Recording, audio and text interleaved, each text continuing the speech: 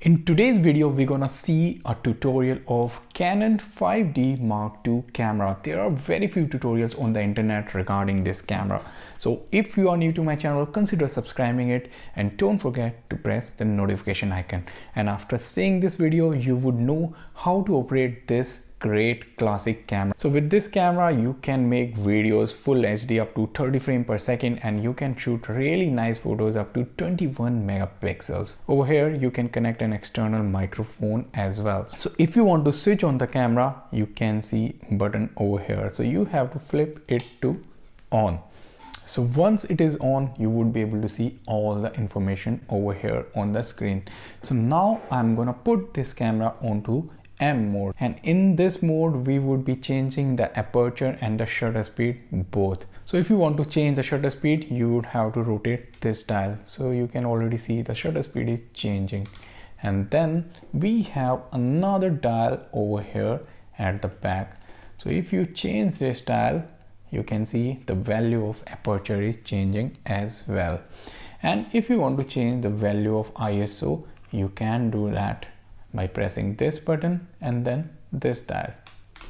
Okay, so for this case I would put this camera onto auto ISO.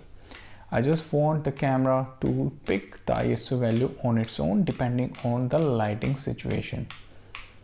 So you can see right now it's in auto. You can also see this value at the back of the screen as well. All right, and then we have the focus mode. We can see one shot over here. So if you want to change the autofocus mode, you would have to click this button and then rotate this dial. So then you would be able to change the autofocus mode. So I'm going to press this and then I can choose different focusing mode. So for this case, I'm going to pick one shot mode. And the next thing I need to change is the autofocus point selection. And for that, I would have to press this button and then rotate this top dial. So you can see 9 autofocus point on this camera, which you can rotate by rotating this dial. So if your subject is on this corner, you can pick this. If it's on top, you can pick this. And if you put it on automatic selection, then the camera is going to pick the autofocus point for you. And if you want to be a good photographer, I would advise you not to put it on automatic selection, because you want to control your own autofocus point.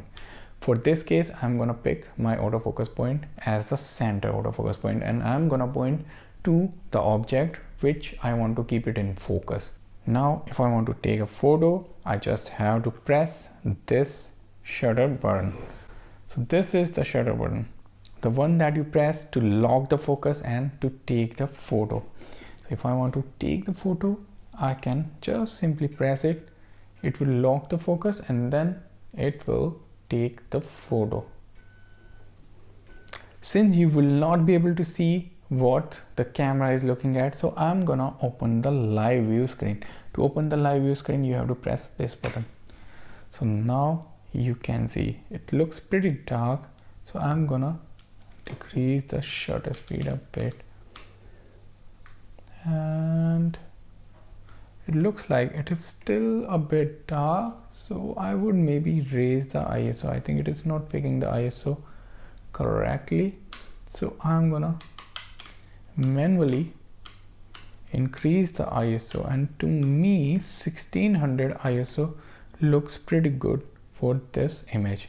And right now this image is out of focus. So if I want to lock the focus in the live view, I would have to press this button, AF on.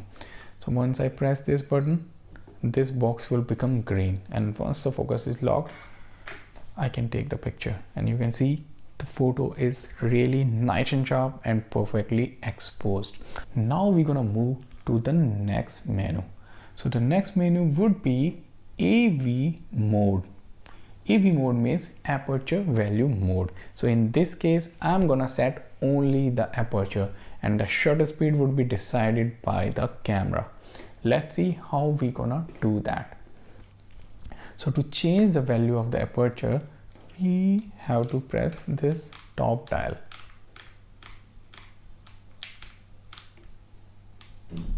So you can see this value is changing. So right now the aperture is 2.8. If I keep it to 3.2, let's try for 3.5 in this case. Okay, so the shutter speed is gonna be decided by the camera and ISO is set to 1600. I'm gonna lock the focus using this button, and you can see the photo is perfectly exposed and it looks really very good. Now when you are in the AV mode, you can also increase or decrease the brightness of the photo using exposure compensation. So if you want to change the exposure compensation, you just have to move this dial, and this is gonna work only and only in AV and TV mode. So if you move it towards this side, the image would become darker, and if you move it towards the positive side, it would become much brighter. So if you are getting overexposed image, so you want to change it towards the negative side, and if you are getting a underexposed image, you want to move it towards the positive side. Now I'm gonna talk about the TV mode. So the TV mode means time value or the shutter priority mode. So in the TV mode, all you need to do is set the shutter speed, and the rest of the things is taken care of by the camera. So in this case, the aperture value is gonna be decided by the camera. So to change the shutter speed, again, the stop dial I have to rotate. So you can see the shutter speed is changing. So I'm gonna keep a shutter speed of 40, which I think is ideal in this situation. I'm gonna get a sharp photo with that value, and the aperture value is gonna be decided by the camera. Again, to lock the focus, this button, and then I took a photo, and the photo looks perfectly exposed and it looks good. One thing to note is that if you are taking photo using this viewfinder, then you don't need to press this AF on button. Then you can simply press this shutter button. So it is gonna lock the focus and take the photo, and it's obviously gonna be faster compared to the live view, because the live view uses contrast detection and this viewfinder uses phase detection, which is much faster. Now you can see different options on this screen. For example, white balance, picture control, and image size, and these kind of options, and the metering mode as well, and the drive mode as well. So if you want to change them, so all you need to do is you press this button. You just press this. So now you can navigate between all these options. Even the autofocus point you can change from here. Even you can change the shutter speed and aperture. The shutter speed you can change. Even the ISO value you can change from here. And this is the flash compensation. Although this camera do not have any flash, this is the exposure compensation. But the important things are this. So this is the picture control. So if I go inside this, so picture control is basically like filters. If you want to have a black and white image, you want more contrasty image or having more saturation, so you can pick different values from over here.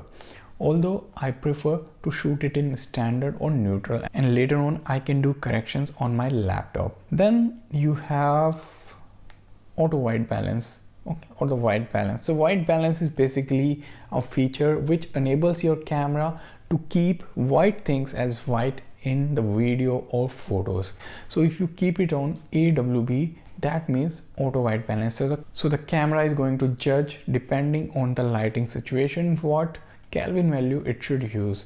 Beside this, you also have a lot of filters like the daylight, shade, cloudy, tungsten light, fluorescent light, flash, and over here you can put your own custom value, and here you can set the color temperature as well. If you are an absolute beginner, you can keep this on AWB, no worries. Camera gonna decide the value for you, and most of the time it is pretty accurate. Next you have the metering. So metering is basically what points on your image camera should look at to get the perfect exposure. So you have 4 options over here: evaluating metering, and then you have partial metering, and then you have spot metering and center weighted average metering. And the name of them already tells you what they do. So this one looks at the main point of source of light in the center and try to expose it, And if I go to the next one, so a particular spot on your photo, for example, if you are having your focus point on the face of a person, so it's gonna try to expose that perfectly. This is partial metering, so partial area, like for example this circle, so it's gonna look at that in the frame. And then you have evaluating metering, which is gonna take care of everything in the scene. If you have a lot of different elements like the sky, water, mountain, so it's gonna take an average of all the elements and then decide a exposure for your photo. So if you are doing portrait photography, you can use spot metering. If your main subject is in center, then you can use this center weighted average. And if you are doing some landscape photography, I would say evaluating metering would be the way to go. Then you have the image size. So you can shoot in RAW or you can shoot in JPEG. If you are a professional, I would say shoot in RAW. If you are a beginner, you can use JPEG, no worries. And then we have the focus modes. We have already seen that. So the one shot is, if you have fixed your autofocus point at one point, so it is gonna remain there. It is not going to track your subject. If you do AI servo, if you have fixed your autofocus point on a person, and if that person moves, so then your autofocus point is also going to move along with that person. And the one in the center, AI focus, so it is basically a mixture of both of them. So the camera is going to decide whether it should use one shot or whether it should use AI servo. Then we have the drive mode. So over here you have the option if you want to do single shooting. So if you have the shutter button pressed once, so it's gonna take only one photo. But if you put it on continuous shooting, so if you have it on continuous mode, camera is continuously going to take a lot of photos one after another. And this camera have 4 frames per second shooting, so it is gonna take 4 photos in a second. And then you have the self timer, and then you have a self timer of 2 seconds. I usually do single shooting, but if you want to capture a frame like a subject is jumping or moving around faster, then I do the continuous shooting. So this was all for photography. Now I'm gonna tell you how you can make video with this camera, because this camera can shoot full HD video up to 30 frames per second. So for that, you have to press this button. You have to be in the live view. And I would say if you want to make good videos, you should use M mode, fully manual mode. So I'm gonna put this camera back to fully manual mode. So now I can set the shutter speed and aperture, both of them. So my shutter speed is gonna be 1/25 because I'm gonna shoot around 24 frames per second. And I would say if you are shooting at 24 FPS, choose a shutter speed of around 24 or 25. 24 of course you can't choose, but you can choose a shutter speed of 25. If you are shooting at 30 frames per second, then pick a shutter speed of 30 or 60. And the aperture, you can pick whatever you want depending on the lens you are using. If you are using a 1.8 lens, of course you can go down up to 1.8 and you're gonna get more light and more background blur. And ISO we have set to 1600, which I think is slightly more, so I'm gonna reduce the value of ISO. So I have changed it to 1000 and it looks good. One thing to note in this case is that if you want to shoot video with this camera, it lacks continuous autofocus. So either you have to lock your focus at the subject and then start the video, or you can use manual focus. So to lock the focus, we have to press this button. So now this box is green and I want to start recording the video, and for that I just have to press this button, the one in the center, and you can see this red dot. Now the video recording has already started, but it looks slightly dark, so I think I can increase the brightness just by rotating this dial. It is some kind of a exposure compensation in the video. And right now the video looks absolutely perfectly exposed, and I'm shooting in manual mode. So it is really simple to record the video with this camera. If I want to stop the recording, I just have to press this button. So now the video recording has stopped. Now we're gonna look at some of the important options related to movie making for this camera. For that we have to go down into the menu. So we're gonna press this button to go into the menu. So we have to go into the second settings option. So 1, 2, 3, 4, 5, 6. So the sixth tab and the last option, live view movie function settings. So we go inside that. So over here we can see all the options related to the movie. So the important options that we have over here that we need to look at is the movie recording size. So if you want to do cinematic video, you can choose the second option. Otherwise you can choose the first option. If you are in United States of America, then you would also have the option of 30 fps over here instead of 25. But in Europe, India, Pakistan and Asia, you would have the option of 25 instead of 30. And then the sound recording. If you want to record better audio, do not choose the auto over here. Always choose manual. And then the recording level, try to keep it somewhere in the middle. Then you're gonna get really very good audio with this camera. And as I already told you, this camera can connect an external mic as well, and you can connect the mic over here. Let me show you. So over here you can connect a microphone.